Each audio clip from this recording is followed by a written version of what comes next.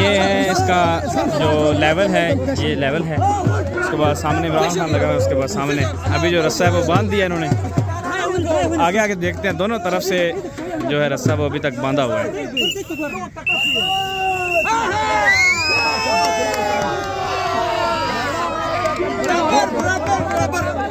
तो आज का जो रस्सा कुशाई थे वो दोनों तरफ की तरफ से लेवल था। कोई भी टीम जीत नहीं सकी क्योंकि दोनों ने काफ़ी कोशिश की है। उसके बाद कबड्डी का मैच भी खेलना है। आज का ये जो मुकाबला था वो दोनों ने बराबर किया है जी। ज़बरदस्त मुकाबला था, बहुत ज़बरदस्त।